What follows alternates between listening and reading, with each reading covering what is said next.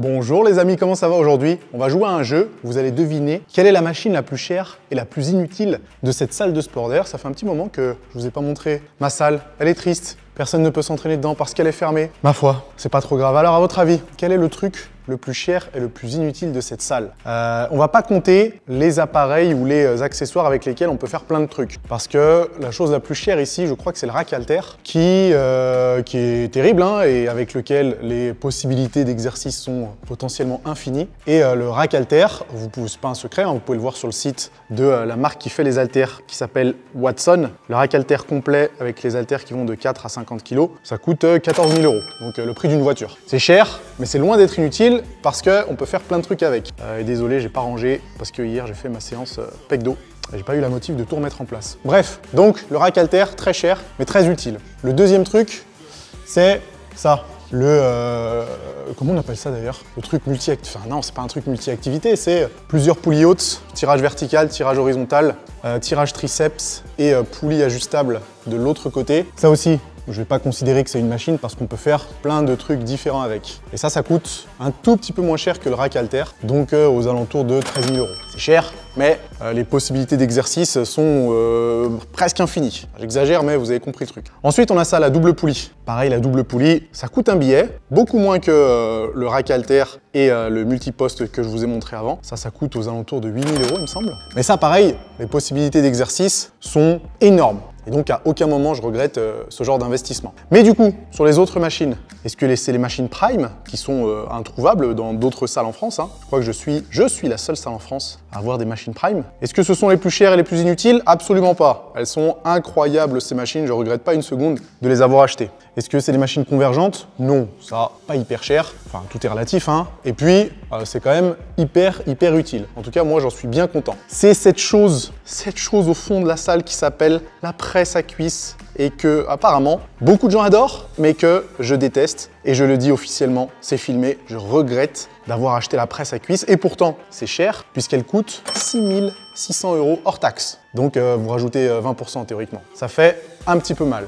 Bon, je sais que je vais me faire insulter en disant que je n'aime pas la presse à cuisse, mais vous inquiétez pas, je vais expliquer. Déjà, je trouve que la presse à cuisse, pour les quadriceps, c'est inutile, tout simplement. Pour d'autres groupes musculaires, genre fessiers, et pourquoi pas même peut-être adducteurs, pourquoi pas? Ça peut être un bon ajout à votre programme de musculation. Mais je comprends pas pourquoi on peut continuer à vouloir faire les quadriceps sur cette machine-là, alors qu'on a à disposition aujourd'hui hein, des machines d'autres marques qui sont incroyablement intéressantes pour les quadriceps, comme ce beau petit hack squat, ou alors ce magnifique squat pendule qui est juste ici, que je vous ai déjà montré plein de fois, qui sont 3 à 4 fois moins chers et qui sont bien plus efficaces pour solliciter les quadriceps. Alors pourquoi dans un objectif d'hypertrophie, je suis pas fan de la presse à cuisse pour les quadris, et j'ai bien dit dans un objectif d'hypertrophie parce que dans d'autres cas de figure, ça peut être intéressant. Je vais vous expliquer tout ça. Petit aparté, c'est quand même dingue de voir qu'un hack squat, qui est tout simple hein, et qui coûte 3 fois moins cher qu'une presse à cuisse, n'existe presque dans aucune salle de sport. Ils ont des hack squats circulaires qui sont dégueulasses, mais ils n'ont pas ce genre de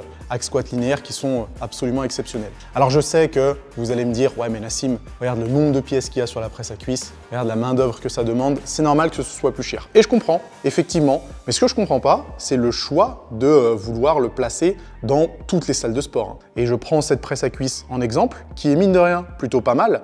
Si jamais on regarde les presses à cuisse circulaires Technogym qui sont catastrophiques, bah alors là ça en fait une machine encore plus inutile. Et c'est le même constat pour le squat pendule, 3 fois moins cher que la presse à cuisse. Et pour ceux qui ont eu l'occasion de l'essayer, je sais que vous n'êtes pas très nombreux, mais il y en a certains qui l'ont essayé quand ils sont venus s'entraîner ici pour les Muscle Academy, c'est juste une révélation. Au fait, je vous ai pas dit, vous allez voir cette vidéo mercredi et demain, vous savez ce qui se passe?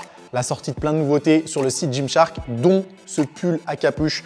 C'est mon préféré, tout simplement. Je sais que la couleur est assez incroyable. Vous retrouvez toutes les nouveautés à partir de demain en cliquant sur le premier lien dans la description. Il y a celui-là, mais il y a aussi une deuxième couleur que j'aime beaucoup qui est celle-ci. Et là, on est d'accord qu'on est aussi sur quelque chose de plutôt sympa. Donc, vous cliquez sur le premier lien dans la description. Si vous avez des questions sur les tailles, n'hésitez pas à les poser dans les commentaires. Je crois que celui-là, c'est un XL et le rouge que j'avais juste avant, c'est aussi un XL. Mais perso, je préfère quand même la couleur précédente.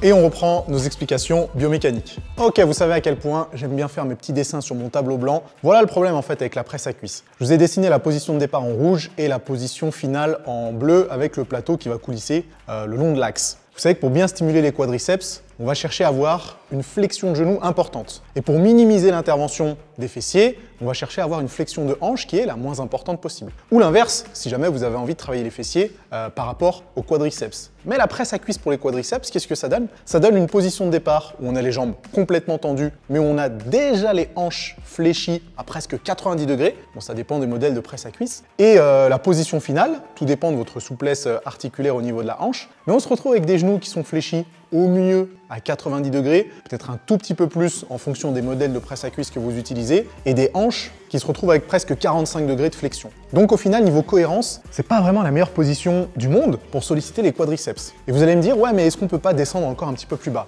Vous pourriez fléchir encore plus les genoux et descendre encore plus bas. Sauf qu'il y a deux problèmes qui se présentent. Le premier, c'est votre souplesse articulaire au niveau des chevilles. Vous allez peut-être être limité, exactement comme vous le seriez sur du squat, et du coup ressentir un blocage entre guillemets au niveau de la cheville si jamais vous descendez trop bas. Et qu'est-ce qui se passe si vous n'êtes pas assez souple au niveau des chevilles? Forcément, vos talons pourraient se décoller. La deuxième chose, si vous n'avez pas la souplesse articulaire au niveau des hanches, qu'est-ce qui va se passer si vous cherchez à descendre encore plus bas? Vous allez décoller les fesses, arrondir le bas du dos, et là ça peut être beaucoup plus embêtant. Dans l'idéal du coup, qu'est-ce qu'il nous faudrait pour que la presse à cuisse soit une machine intéressante pour les quadriceps? Il nous faudrait deux choses. La première, c'est la possibilité d'incliner un peu plus le banc, ce qui est possible sur certaines machines. C'est pas le cas sur la presse à cuisse que je vous ai montré, il y a juste deux réglages possibles et le réglage que j'ai adopté, c'est le plus bas, et le plus bas, ça nous donne un angle qui est à peu près de 90 degrés, donc pas terrible. Mais je connais d'autres presses à cuisse où vous pouvez vous allonger un peu plus, et là, ça commence à devenir intéressant. La deuxième chose qui serait intéressante de faire, c'est de pouvoir incliner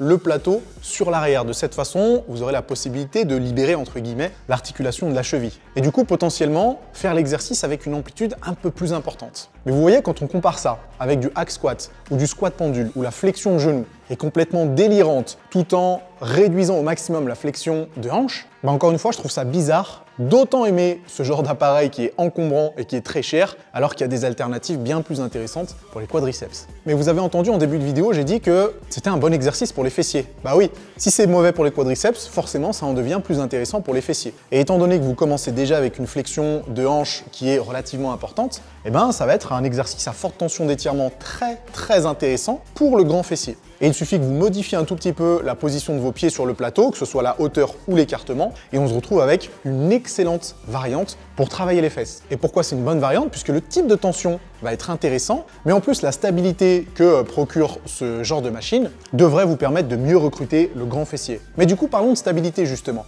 Le premier argument que certains pratiquants utilisent pour justifier justement leur utilisation de la presse à cuisse, c'est que ça leur cale bien le dos et que c'est plus sécure que du squat. C'est de la connerie. Alors effectivement, il n'y a pas le même type de contraintes, mais 9 fois sur 10, on se retrouve avec des pratiquants qui non seulement font l'exercice avec une amplitude, mais à mourir de rire. Moi, ça me fait pas mourir de rire, hein, ça me fait plutôt pleurer. Ou alors des pratiquants qui s'obstinent à descendre trop bas et qui, au final, décollent les fesses et ça en devient plus dangereux que du squat. Tous ces problèmes que je viens de vous énoncer, ils sont encore pires avec des presses circulaires. Vous savez que je crois que j'ai même fait une vidéo sur les machines que je détestais et la presse circulaire en faisait partie. La presse circulaire pour les quadriceps, je ne sais pas comment certaines marques de machines de musculation ont pu sortir de leur derrière ce genre de machines qui sont une aberration biomécanique pour les quadriceps. Alors certes, ça peut être un bon truc pour les fessiers, mais ça fait quand même une grosse machine très chère pour travailler un groupe musculaire, alors que les fessiers, on peut les bosser avec d'autres exercices plus simples et à la mise en place moins embêtante. J'ai mentionné un truc tout à l'heure par rapport à la presse à cuisse, j'ai mentionné dans un objectif d'hypertrophie. Parce que pour de la prépa physique, c'est un tout petit peu différent. Vous avez peut-être déjà vu des sportifs d'ailleurs, que ce soit des footballeurs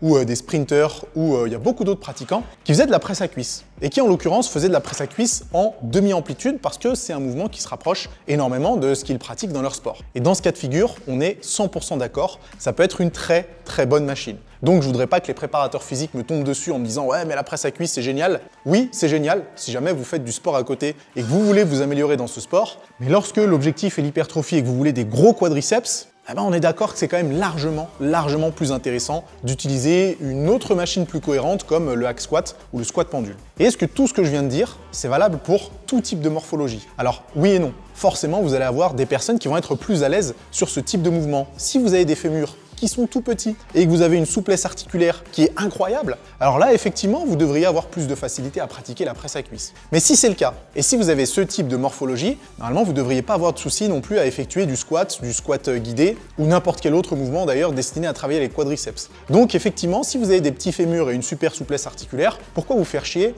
à utiliser de la presse à cuisse, à prendre du temps à la charger parce qu'il faut mettre des tonnes de poids, alors que vous pourriez avoir exactement les mêmes résultats, voire même mieux, avec d'autres variantes, d'autres exercices plutôt. Mais alors si je regrette d'avoir acheté une presse à cuisse, qu'est-ce que j'aurais pu acheter à la place qui aurait pu être plus cohérent pour travailler les quadriceps ou même une autre machine plus intéressante? Alors déjà que j'ai un squat pendule, un hack squat, un leg extension prime qui est absolument fantastique, je vois pas ce que je pourrais rajouter en plus qui apporterait quelque chose de nouveau à la stimulation des quadriceps. Il y a peut-être une machine que j'ai testée une seule fois qui s'appelle le belt squat. Je ne sais pas si vous l'avez déjà vu quelque part. En fait, le principe, c'est d'avoir une ceinture qui est attachée à la machine et de réaliser un mouvement de squat sans les contraintes que ça pourrait provoquer au niveau de la colonne vertébrale. À la limite, un belt squat, ça m'aurait plu. Et le pire, c'est qu'il m'aurait resté encore pas mal de sous pour acheter encore d'autres machines pour d'autres groupes musculaires. Donc c'est un peu dommage. Je pense que je vais la garder encore un peu et si je vois que dans quelques mois, elle me saoule vraiment, j'envisagerais franchement de la vendre et d'acheter quelque chose d'autre. Parce qu'au final, cette presse à cuisse que vous avez vue dans ma salle, elle est toute neuve. Je l'ai utilisée 3 fois en 2 ans. Les personnes qui s'entraînent ici ne l'utilisent jamais parce que, à part faire les mollets dessus, pour faire les quadriceps, ils ont du hack squat et du squat pendule. Donc au pire, si je m'en sépare, c'est pas vraiment le truc qui va le plus me manquer. Ok les amis, c'est tout pour aujourd'hui. Dites-moi si vous aussi, vous avez une aversion particulière pour la presse à cuisse, pour les quadriceps. Si c'est le cas, dites-le moi en commentaire et dites-moi lorsque vous pouviez vous entraîner dans des salles de sport, si jamais votre presse à cuisse était cool ou pas. Vous savez qu'on continue à en discuter dans les commentaires. On n'oublie pas, si la vidéo vous a plu, on met un gros pouce en l'air, on s'abonne à la chaîne, on partage. Et nous, on se retrouve plus tard dans la semaine justement pour une autre vidéo. A plus les amis.